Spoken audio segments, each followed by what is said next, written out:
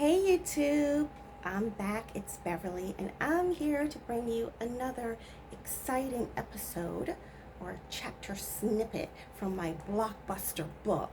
And I'm claiming that it's a blockbuster book named Gezebel. Now, today we are going to dabble a little bit in chapter 29. Now, listen, just want to pause and say for all you people out there, when I tell you this is a great book, it's a great book. You will not be bored, you will be entertained, you will be able to identify with some scenarios, some personalities, and hey, some you just may not be able to do that, which is great, which is what makes this book marvelous. And all of the characters have their own distinct personalities, their shock values. They all just build up to make this such a great read. And I wouldn't steer you wrong. I'm not saying that too just because it's my book. Now, when I decided to write, because writing has always been a passion of mine from way back in high school, I'm just a diva with a pen. I love to write. I love putting things together on paper. And this book was nothing but, I've said it before, a labor of love.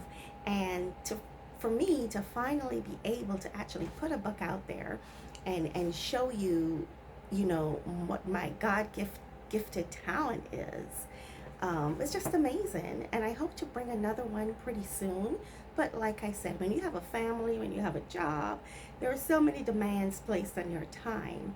And to be a writer, that's all you need, some time and some peace and quiet. And everything just comes, everything just flows.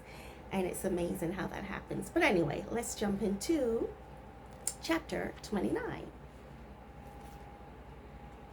The telephone rang in Gezebel's room, and the caller ID identified Joy, her best friend, as the caller. Gezebel picked up the phone and was pleased to learn that good old Joy had information about Kendrick's activities at the gym. Gezebel perked up and listened intently to every word. Joy found out from a reliable source that Kendrick was going to make a significant narcotic sale at the gym later that evening. Gezebel hung up and dialed the police. She informed the detectives, and they assured her they would act on the information provided to them. Gezebel hung up and fell asleep, waiting for the trap to register the catch. A little bit more, moving right along. At 7:01 p.m., Joy informed Gezebel the police stormed the gym and Kendrick was caught selling illegal drugs. A befuddled Kendrick was arrested and carted off to jail. Gezebel received the news with a joyful heart. She was so happy. She put her deadbeat, baby daddy, who denounced her and denounced the baby. This made her feel very good. Even though he was the father of her unborn child, it did not matter. Vengeful. Revenge tasted so sweet. She left the estate and drove to the gym to meet Joy. Gezebel arrived and observed Joy chatting with other members about Kendrick's arrest.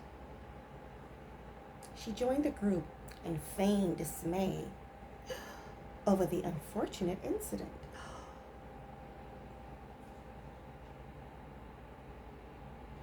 Gezebel glanced around and made sure no one was watching as she stealthily removed a white envelope from her handbag. She handed it to the associate that acted as Joy's informant. The envelope contained $1,000. It was payment for critical details about Kendrick's activities, which led to an arrest. Woo! Gezebel's not a little sweet thing to mess with.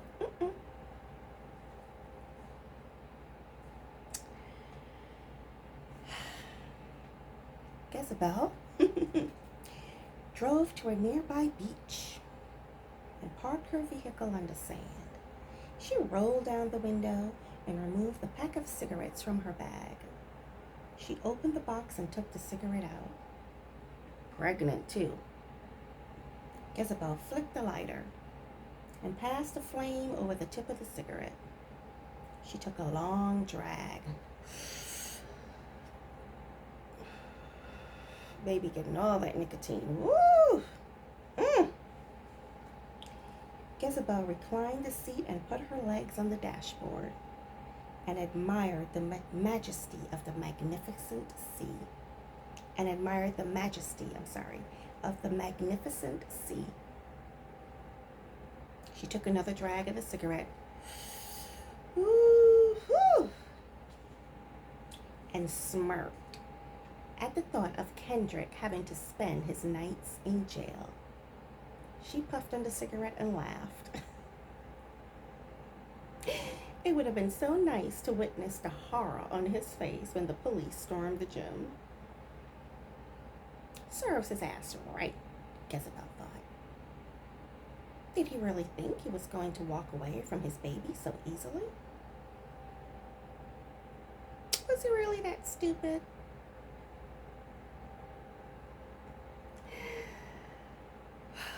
Gezebel dragged on the cigarette again and tossed the butt onto the sand.